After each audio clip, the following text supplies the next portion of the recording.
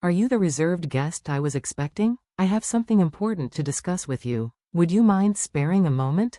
Just as I was about to step into the restaurant, a woman in a crisp white chef's uniform hurried toward me. Her expression was tense, her voice urgent but polite. Beads of sweat glistened on her forehead as if she had rushed out of the kitchen mid-preparation. The intensity in her eyes startled me. I blinked, puzzled. Yes, I have a reservation with my mother-in-law. Is there a problem? She hesitated, glancing nervously toward the dining area. Please, could we talk somewhere private? Confused but sensing something serious, I followed her a few steps away from the restaurant's entrance. When she finally spoke, her words hit me like a bolt of lightning. My face turned pale as the weight of her revelation sank in. My name is Emily Thompson. I'm 31 years old, and I work in the advertising industry. My job is demanding, tight deadlines, endless revisions, and unpredictable clients, but I love it. Every campaign feels like creating a story that reaches millions. I take pride in that. My husband, John, whom I met through work, is a year older. We've been married for just over a year. Ours is a dual-income household, and we share chores equally. On weekdays, our schedules barely align, but weekends are our sanctuary, filled with laughter, homemade meals, and quiet mornings over coffee.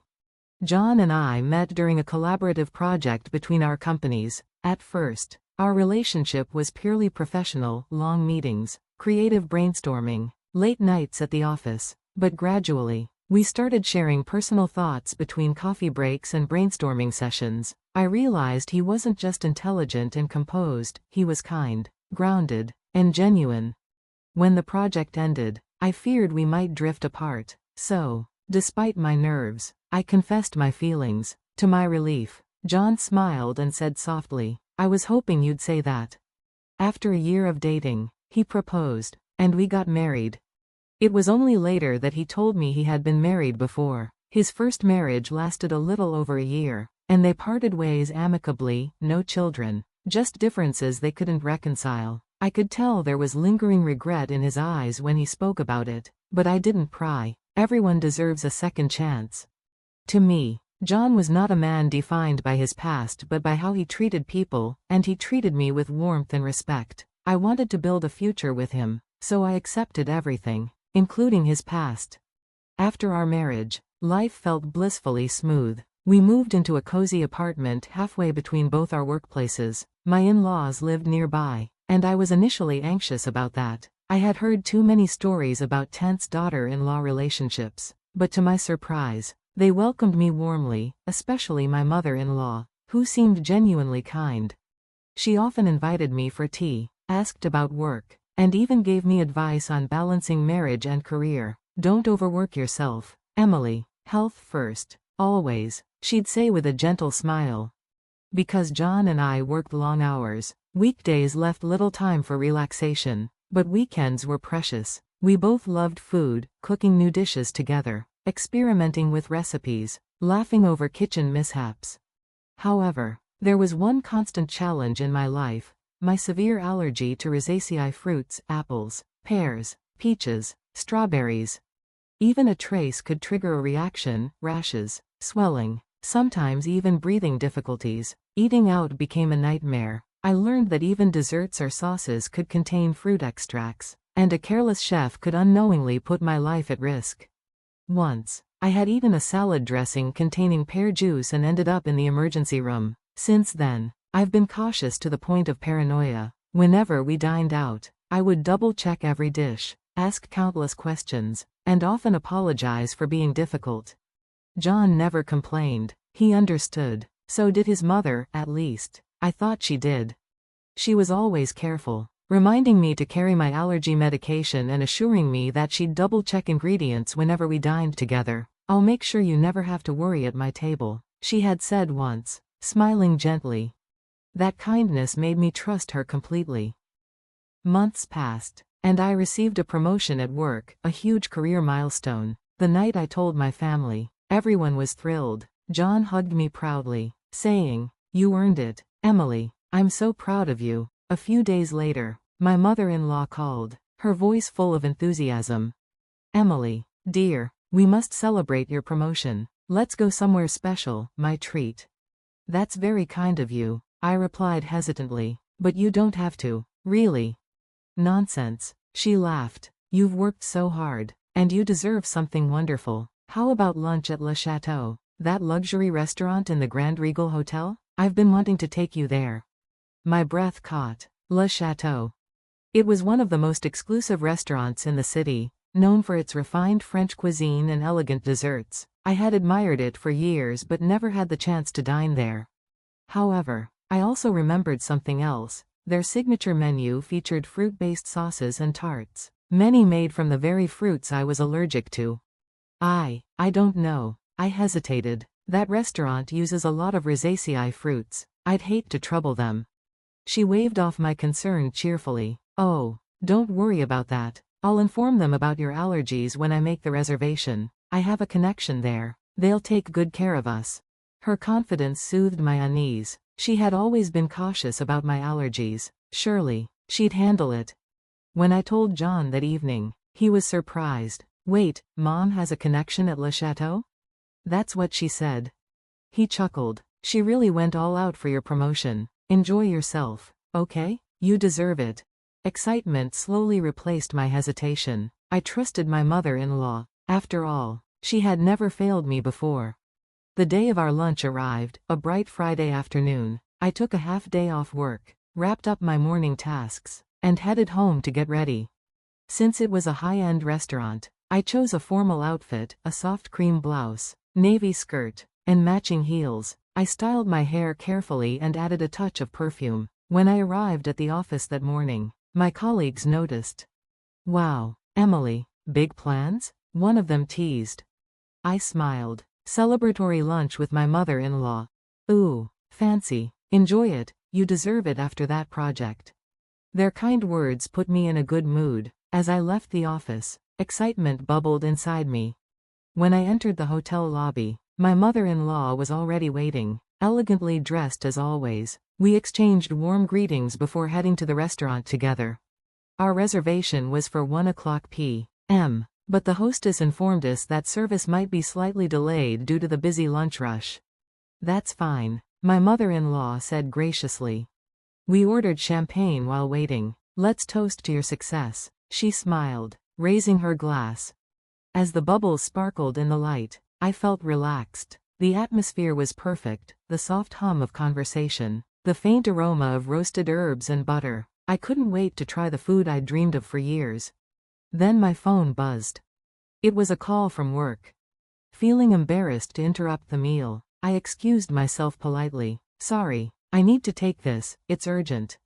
I stepped outside the restaurant to answer. The call was brief. My colleague just needed clarification about a document I'd submitted. Relieved it wasn't serious, I was about to turn my phone off when I heard a voice behind me. Excuse me, you're the customer who made the reservation for lunch today, correct? I turned to see a woman in a chef's uniform, slightly out of breath. Yes, that's right. Is something wrong? I asked, puzzled. Her face grew tense. Can I ask, do you have any food allergies? My stomach tightened. Yes, I'm allergic to Rosaceae fruits, but my mother-in-law informed the restaurant when she made the reservation. The woman's face went pale. No such note was included in the reservation. I personally took the call, and I remember it clearly. My breath caught. I'm one of the chefs preparing your meal, she continued urgently. Several of today's dishes, including the sauces, contain apple and pear extracts. If you eat them, it could be dangerous. The world around me seemed to blur. You mean, I could've? She nodded gravely. Please, leave the hotel immediately. I'll handle things here. It's not safe for you to return right now. I felt the blood drain from my face as fear, confusion, and disbelief crashed over me all at once. Why would my mother-in-law, who'd always been so careful, fail to mention my allergy? Why are you telling me this? I asked faintly. The woman hesitated, then said quietly, because I know her. I used to be married to your husband. My knees nearly gave out. And that's when everything I believed about my mother-in-law and my marriage began to unravel. I decided to take the rest of the day off after finishing my morning workload. The idea of having lunch at one of the most renowned restaurants in the city was exciting, It wasn't something I could often indulge in. Knowing the restaurant's elegant atmosphere, I carefully chose a formal outfit, something classy but not ostentatious. I spent extra time that morning doing my hair and makeup, making sure I looked neat and composed. When I arrived at the office to finish a few final tasks before leaving, my colleagues immediately noticed the difference. "Wow, someone's all dressed up today," one of them teased playfully. I laughed and explained that I was going to a fancy restaurant with my mother-in-law. They wished me a lovely afternoon, some even saying they envied me for getting to dine at such an exclusive place. Their cheerful send-off put me in good spirits as I left the office. By the time I reached the hotel where the restaurant was located, my mother-in-law was already waiting in the lobby, looking polished as always. She smiled as she saw me, though her expression had that familiar air of superiority I had learned to ignore. Together, we walked toward the restaurant on the first floor, where the maitre d' immediately guided us to our reserved table. Our reservation was for 1 o'clock, but the restaurant was crowded, and the staff politely informed us that the main courses might take a little longer than usual. My mother-in-law, seemingly unfazed, said we could order drinks while we waited. "Go ahead and have a drink," she encouraged me with a warm smile. "You've worked hard this week, you deserve to relax." Taking her at her word, I ordered a glass of champagne. I'd had champagne before, but the one I was served that day was exquisite, crisp, fragrant, with a faint sweetness that lingered on my tongue. As we chatted about work, vacations, and recipes, I began to unwind. The alcohol left a pleasant warmth in my chest, and I felt genuinely happy to be there, in that elegant setting, enjoying such refined conversation. From the nearby tables, I caught whiffs of the savory aromas wafting from the kitchen. The dishes looked beautiful, vibrant colors and delicate plating. My anticipation grew as I imagined the flavors that awaited us. But just as I was thinking how perfect the day had turned out, my phone started ringing in my handbag. It was from work. Panic shot through me. What if something had gone wrong with one of my reports? I quickly excused myself, muttering an apology to my mother-in-law, and stepped outside the restaurant. "Hello?" I answered softly. It turned out my colleague had just needed clarification on a document I'd submitted earlier that morning. Relieved it wasn't a serious issue, I spent a few minutes explaining the details and wrapped up the call quickly. As I was about to switch my phone to silent mode and return to my seat, a woman in a chef's uniform hurried toward me from the hallway. Her face was pale, and she looked deeply concerned. "Excuse me," she said, slightly breathless. "Are you the customer dining with Mrs. Harper?"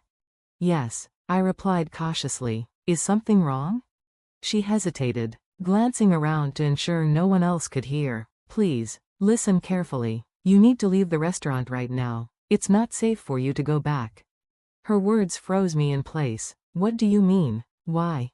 She looked pained as she spoke. "You have severe food allergies, correct? The kitchen wasn't informed of that during the reservation. Your dishes contain allergens, several of them. I only realized it when I saw your allergy badge on your bag. If you'd eaten those dishes, you could have gone into anaphylactic shock." For a moment, the world spun. I could feel my pulse racing in my ears. "Are you sure?" I whispered. "Yes," she said firmly. "Please, leave now. I'll handle things here." Without another word, I grabbed my belongings and rushed outside. I flagged down a taxi and instructed the driver to take me home immediately. My hands were trembling the entire ride. My mill invited me to a fancy restaurant. The chef led me to a separate room and said, "Leave quickly."